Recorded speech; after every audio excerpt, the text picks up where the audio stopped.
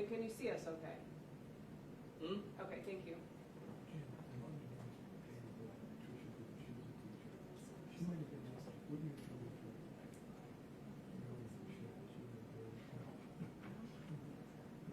She came right out.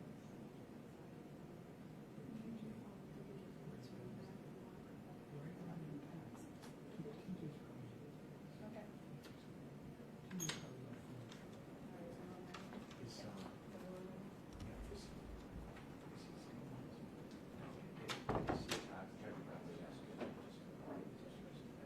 He speaks Latin, and it wasn't. He speaks Latin up there from the switch. You shouldn't have to say much. We're gonna wait for you.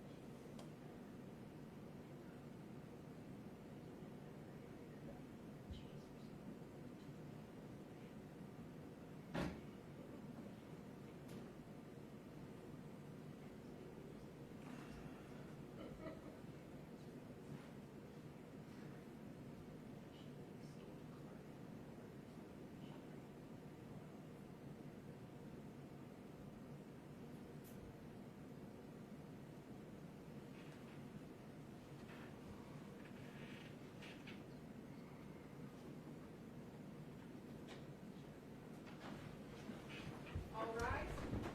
Court is now in session. Good afternoon. You can be seated.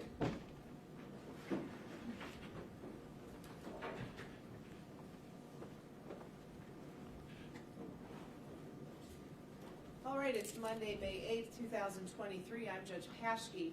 We're on the record on case number 23C70, matter known as State of Ohio versus Brandon M. Morissette. Mr. Morissette is with us via video from the Geauga County Jail. Good afternoon, Mr. Morissette. Good afternoon. And Mr. Morissette, can you see and hear us all right? Yeah. And I'm going to ask you to give me your address, please. Just mostly because I need you to speak so that you get bigger on my screen. What is your address, please? Actually, that was all I needed. We've accomplished what we needed to accomplish. All right, Mr. Morissette, you have the right to be physically present here at the court for your hearing, or you can, if you choose, waive that right and we can go forward via video like we are this afternoon. Are you consenting to us going forward via video? Yeah. All right. If something comes up during the course of the hearing and you need to speak privately to your attorney, you let me know and we'll take a break and give you a chance to speak privately to your attorney, okay? Okay. All right. Then we have Mr. Hilo in the courtroom representing Mr. Morissette. Good afternoon, Your Honor. Good afternoon. We have Mr. Burling and Mr. Burling from the Geauga County Prosecutor's Office, as well as Mr. Flays, the Geauga County Prosecutor, both here on behalf of the State of Ohio.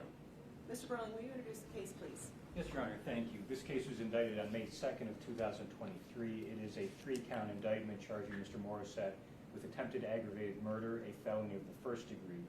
That count carries with it 3 specifications. The first specification alleges that the defendant committed the offense of attempted aggravated murder while in a school safety zone. The second specification alleges that Mr. Morissette had a firearm on or about his person or under his control while committing the offense.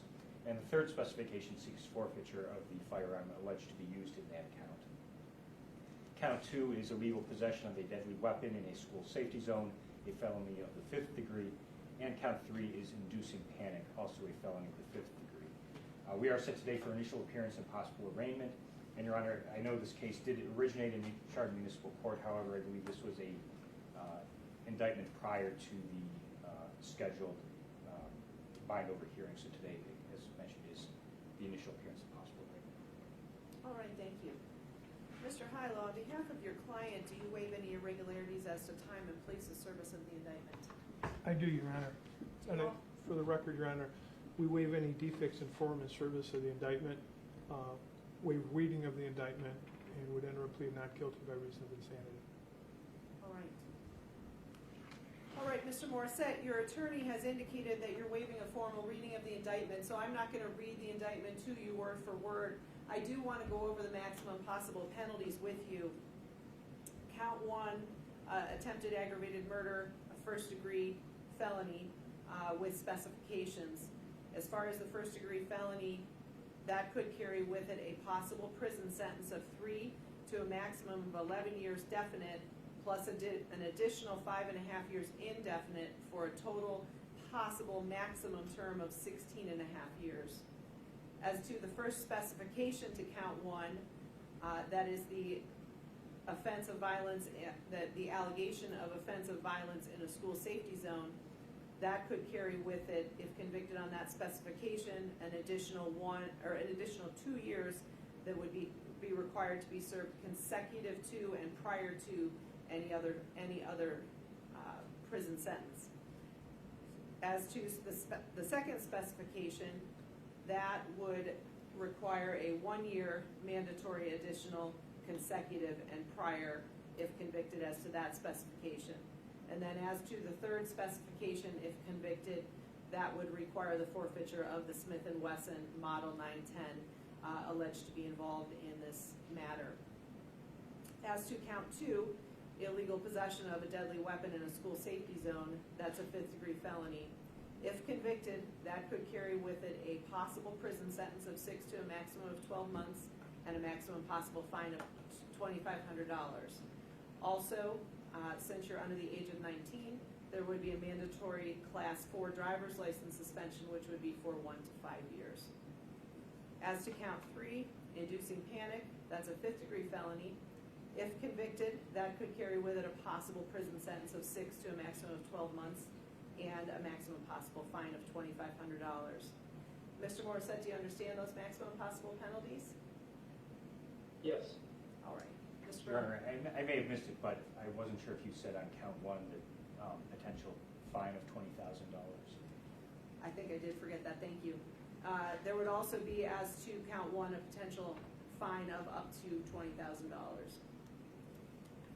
All right, now, I'm going to go over your constitutional rights with you. You have the right to counsel. You have the right for a reasonable continuance to obtain counsel. If you cannot afford counsel, counsel will be provided for you at the state's expense. You also have the right to remain silent, the right to a jury trial, and the right to reasonable bail. Do you understand those rights? Yes. All right. All right, and Mr. Hilo has filed a notice of appearance in this case. Also, I will acknowledge, and Mr. Hilo mentioned it, that the court is aware that Mr. Hilo, on behalf of Mr. Morissette, has filed a written plea of not guilty by reason of insanity. The court will order an evaluation. Mr. Hilo, we usually order the evaluations from the psychodiagnostic clinic out of Summit County. Is that acceptable to you? No objection, Your Honor. Okay. All right, then we will notify all counsel when we receive that report from the psychodiagnostic clinic, and we'll set the matter for hearing within a reasonable time upon receipt of that report. As far as bond, the court acknowledges receiving a motion to hold defendant without bond filed by the state, and I had an opportunity to review that prior to coming in. Mr. Hilo, are you aware of that motion? I am, Your Honor, and at this time, we would not object. We reserve the right at a later date to deal with the bond issue. All right, thank you. And as the motion indicates, the defendant is entitled to a hearing on that. So, Mr. Hilo, at this point, with there being no objection, I will order that the defendant be held without bond. And at your request, Mr. Hilo, the court will set the matter for hearing. Thank you, Your Honor.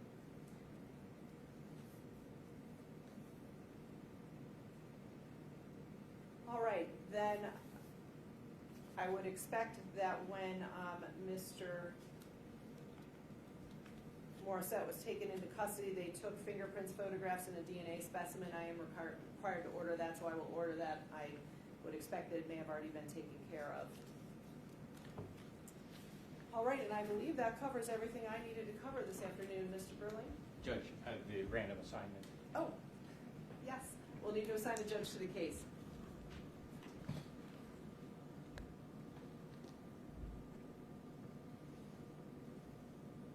This case has been assigned to Judge Carolyn J. Paschke. All right, Mr. Morissette, your case was assigned to me, which means your future hearings will be here in my courtroom, which is on the first floor in the Geauga County Courthouse. All right, now I think that covers everything we have. Anything else?